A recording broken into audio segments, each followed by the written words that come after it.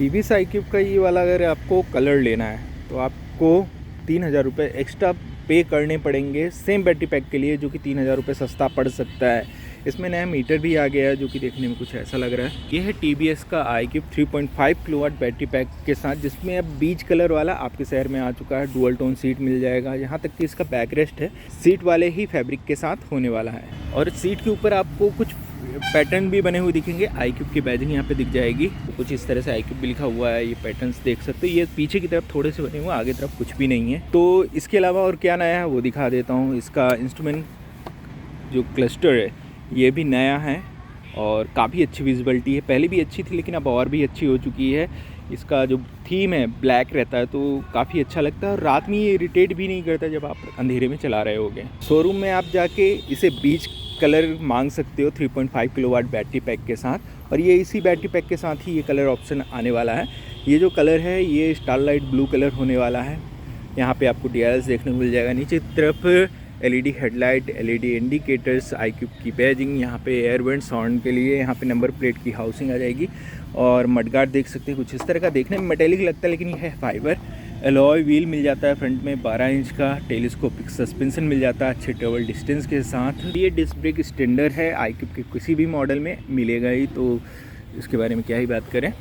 यहाँ पे आपको अच्छी बिल्ड क्वालिटी के ब्रेक लीवर्स मिल जाते हैं। हैंड ब्रेक यहाँ पे लगाना काफ़ी आसान होता है, रिलीज़ करना उससे भी ज़्यादा आसान होता है। स्मार्ट कनेक्ट की बैजिंग, क्योंकि इसमें कनेक्टिविटी के 105 फीचर आते हैं और उन फीचर्स को जानने के लिए आपको डिटेल में वीडियो बनाना पड़ेगा, जो कि अगर मैं बनाने जाऊँगा तो 1 घंटे से ज़्यादा का वीडियो होगा, तो उसे स्किप करते हैं। लेकिन जब आप शोरूम पर जाएँ सारे फीचर्स को अच्छे से समझ लें।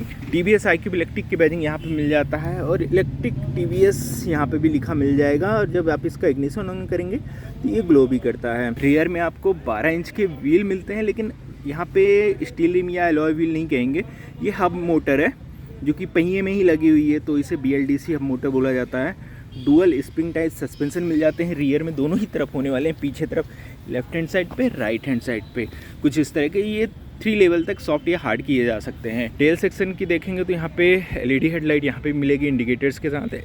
इंडिकेटर भी LED होने वाला है। इसके बैक रेस्ट में iQube की बैजिंग मिल जाएगी। iQube Q पार्क असिस्ट का बैजिंग यहाँ पे देखने को मिल जाएगी आपको। स्विचेस की बात करें तो pass button, upper dipper button, indicator, horn button, hazard light का स्विच मिल जाता है। पार्किंग के लिए एक डेडिकेटेड स्विच है और मोड बटन मिल जाता है। तो यहाँ पे आपको क्रूज़ कंट्रोल नहीं मिलेगा। बाकी सारी चीज़ें ऐसी है जैसे कि ट्रेडिशनल स्कूटर्स में होते हैं, तो यूज़ करना काफ़ी आसान हो जाता है। मैं पार्किंग मोड को बता देता हूँ कैसे एक्टिवेट करते हैं। तो यहाँ पे इसका इग्निशन ऑन हो चुका है। अब मेरे को अगर पार्किंग मोड में जाना है तो मैं इसे ब्रेक को लॉन्ग प्रेस करके इस पार्किंग बटन को लॉन्ग प्रेस करना होगा और यहाँ पे पार्किंग की लाइट जल जाएगी। अभी ये फॉरवर्ड पे है, यहाँ पे आप देख सकते हैं पार्किंग एरो जो है फॉरवर्ड वाला ग्लो कर रहा है। तो अगर मैं एक्सीलेट करूँगा तो ये फॉरवर्ड में आगे की तरफ बढ़ेगी।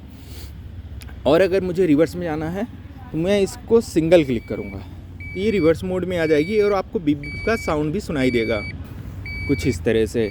और यहाँ पे आप एरो देखोगे तो ये वाला ग्लो करने लगा है, ये वाला डिम हो गया है।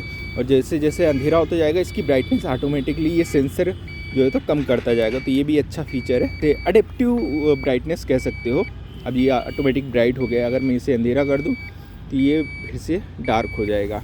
यहाँ पे इसका सेंसर लगा हुआ है। अगर आपको बाहर आना है तो ब्रेक दबा के इसको लॉन्ग प्रेस करना होगा और आप बाहर आ जाओगे। इग्निशन ऑन करने पे कुछ ऐसा लुक आता है। DRLC काफ़ी ब्राइट है, मुझे लगता नहीं है कि हेडलाइट की जरूरत पड़ेगी, लेकिन हेडलाइट भी काफ़ी अच्छा थ्रो देती है। आप यहाँ पे सामने देख सकते हो, अभी अंधेरा भी नहीं है लेकिन फिर भी आपको यहाँ पे लाइट दिख रही होगी, इसके लाइट की थ्रो देखने को मिलेगी।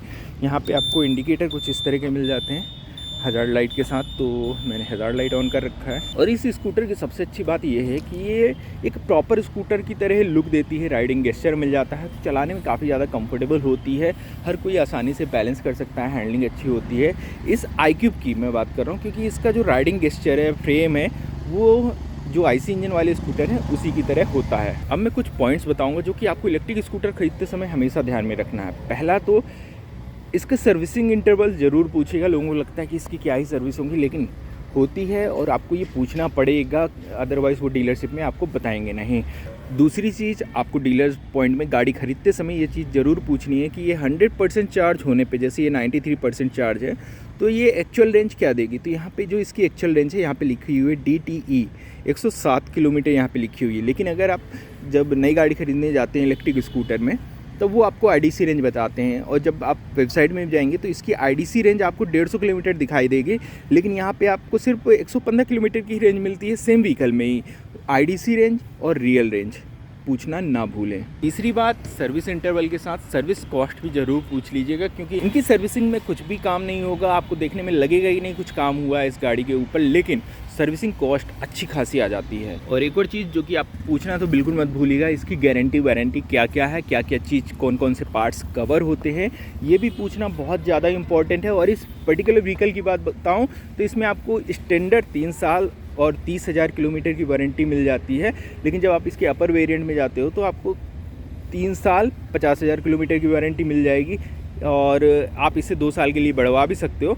ये सारे ऑप्शन आपको ख़रीदते समय ही करवाने पड़ेंगे। अगर आपको बढ़वानी है वारंटी तो आपको जब आप परचेस करें तभी इसकी वारंटी बढ़वा लें, क्योंकि आप एक बार परचेस कर लेंगे उसके बाद ये वारंटी नहीं बढ़ती है। और लास्ट पॉइंट जो कि बहुत ही ज़्यादा ज़रूरी है वो है इसका एसेसरीज़। इसमें एसेसरीज़ में बहुत सारी चीज़ें होती हैं जो कि डीलर में शुरुआत में आपको नहीं बताई जाएंगी। अगर आप शुरुआत में ही क्लियर कर लेंगे, लिख के काउंट कर लेंगे, तो आपको सारे एसेसरीज़ मिल जाएगी। और क्योंकि ये एक प्रॉपर स्कूटर है तो आपको जो ग्राउंड क्लियरेंस मिलेगा, सीट हाइट मिलेगी, ये एक प्रॉपर स्कूटर वाली ही मिलेगी। और डार्क काफ़ी ज़्यादा अंधेरा हो चुका है, रात में ये कुछ ब्लू दिख रही है, और दिन में देखेंगे तो ये स्टारलाइट ब्लू कलर दिखता है, जो कि स्लाइटली थोड़ा डिफरेंस आ जाता है दिन और रात में देखने में। इस व्हीकल के बारे में अगर आपको और भी कुछ जानना हो तो आप कमेंट करके पूछ सकते हो। मिलते हैं नेक्स्ट वीडियो में, तब तक के लिए टाटा बाय बाय, जय हिंद, जय भारत।